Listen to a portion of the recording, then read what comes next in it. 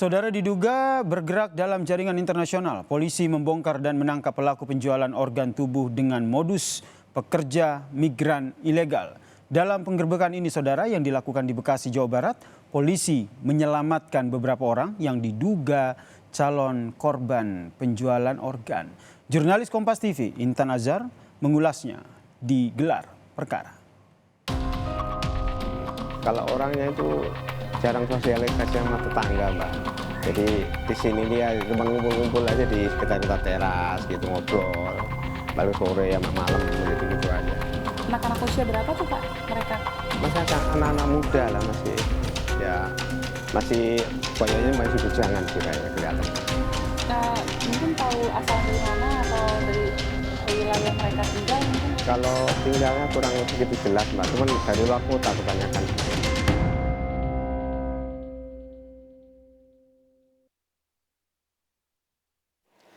Kini kasus tindak pidana perdagangan orang sudah merambah sampai ke memperdagangkan organ tubuh manusia, di mana terakhir polisi sudah meringkus para tersangkanya di salah satu rumah kontrakan di Bekasi, Jawa Barat, dan disinyalir merupakan sindikat internasional.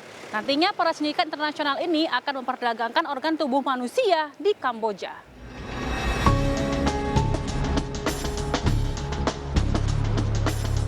Kepala Biro Penerangan Masyarakat Divisi Humas Polri, Brigjen Ahmad Ramadan membenarkan adanya jaringan internasional penjualan organ tubuh manusia di Kabupaten Bekasi, Jawa Barat.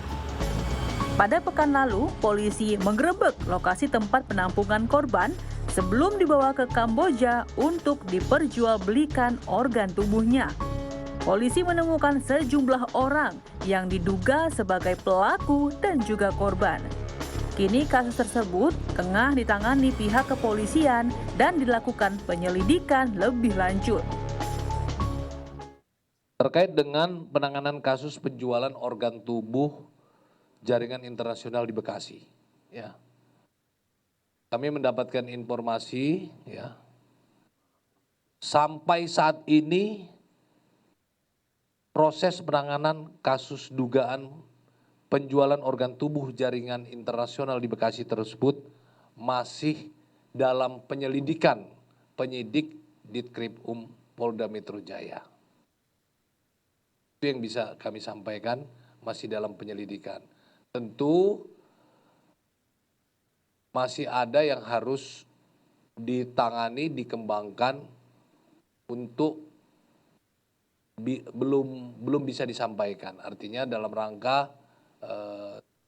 teknik merupakan bagian daripada penyelidikan daripada penyidik Polda Metro Jaya. Tim gelar perkara menyusuri secara langsung lokasi tempat kejadian perkara. Berada di sekitar perumahan elit di Bekasi, kami pun menemukan titik pengumpulan korban sebelum diberangkatkan ke Kamboja. Pasca penggerebekan oleh pihak kepolisian pada pekan lalu, kondisi rumah dalam keadaan tidak berpenghuni. Kami pun melihat kondisi luar rumah cukup berantakan.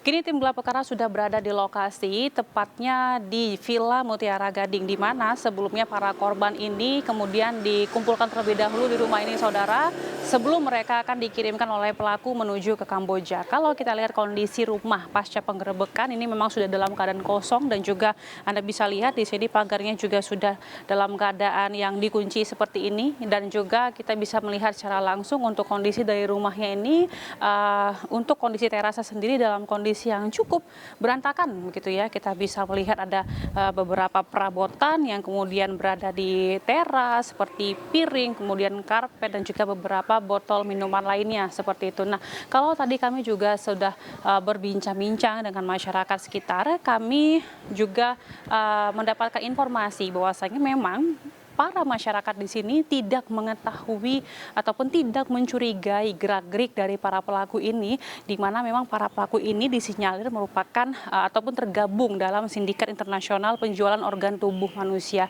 Kalau tadi kami sempat berbincang dengan masyarakat sekitar, begitu adanya perubahan ataupun pergantian para yang para penghuni yang berada di lokasi ini beberapa pekan sekali begitu, dan juga masyarakat di sini mengetahui bahwasanya mereka berada di lokasi ini untuk kemudian dikirim ke Malaysia begitu untuk kemudian bekerja di proyek bangunan. Namun ternyata ketika sudah ditindaklanjuti oleh pihak kepolisian, nyatanya mereka merupakan sindikat oknum berkedok penjualan organ tubuh manusia secara internasional. Tim gelar perkara juga menemui ketua RT setempat. Lokasi ke rumah ketua RT tidak jauh dari TKP. Ratam, ketua RT, mengaku para penghuni rumah tersebut telah menempati rumah kontrakan dalam kurun waktu 5 bulan. Dirinya juga mengaku sebelum dilakukan penggerebekan, dirinya mendapatkan informasi dari pihak kepolisian bahwa salah satu warganya terlibat kejahatan. Namun dirinya tidak mengetahui secara khusus kejahatan yang dimaksud hingga akhirnya diketahui salah satu warganya merupakan sindikat internasional perdagangan organ tubuh manusia. Kemudian ketika mereka datang ke rumah tersebut, itu rumah kontrak atau kos atau gimana Pak? Kontrak. Yang melapor kepada Bapak pihak dari kontrakan atau mereka sendiri? Dari ini, saya terima udah KTP udah di rumah. Ada berapa KTP? Saya terima ada 5 KTP misalnya. 5 KTP. Jenis kelaminnya? Laki-laki semua. Laki-laki semua. Oke, mereka sudah tinggal dalam waktu 4 sampai dengan 5 bulan begitu. Kurang lebihnya. Kalau untuk dari aktivitas yang Bapak ketahui, mereka mungkin apa gitu Pak aktivitasnya? Aktivitas dia itu saya nggak tahu. Taunya kita paling dia ngumpul di depan rumah itu aja. Kalau aktivitas luar nggak pernah tahu. Kerja mungkin atau di mana gitu kerjanya? Ya kerjanya infonya yang kemarin di Kalimalang, terus ada yang bilang info kerja di proyek gitu doang. Terus terkait dari hal ini, apakah ada seperti sebelum digerebek begitu ya? Apakah ada kayak informasi-informasi yang Bapak dapatkan terkait dari adanya penampungan korban migran misalnya di situ? Enggak, saya cuma dapat laporan ini aja pihak kepolisian bahwa ada orang yang dicurigain. Jadi saya telusuri itu namanya si A itu kan.